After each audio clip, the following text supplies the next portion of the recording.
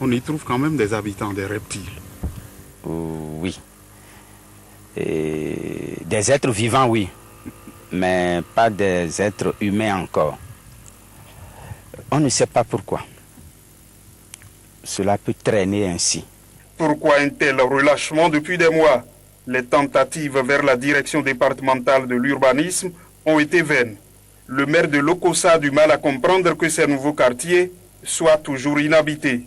Est-ce que c'est un abandon ou notre manière habituelle de faire au Bénin, la manière, celle qui consiste à traîner les choses, à ne pas aller comme c'est sa propre chose? Si c'était des logements sociaux, bien sûr, mais construits par des privés, ce ne serait pas dans cet état-là, depuis ce temps-là. En tout cas, moi, non.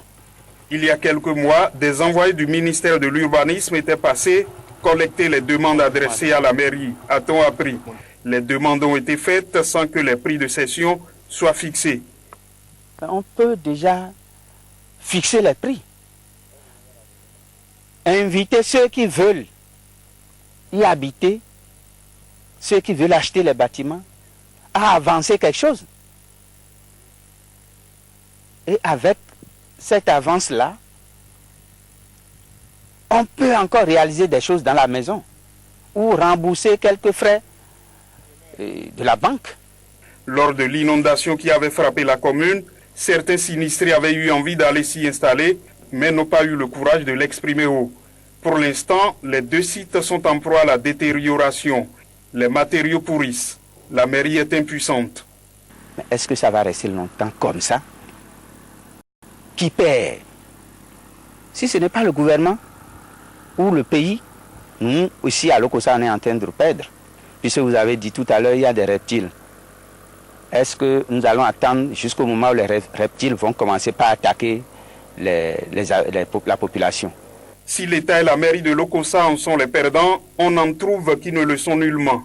Les voleurs qui y prélèvent des matériaux et défoncent des portes. Bientôt, d'autres aussi vont leur emboîter les pas. Ce sont les reptiles qui vont commencer par attaquer des passants, une fois plus nombreux sur les deux sites.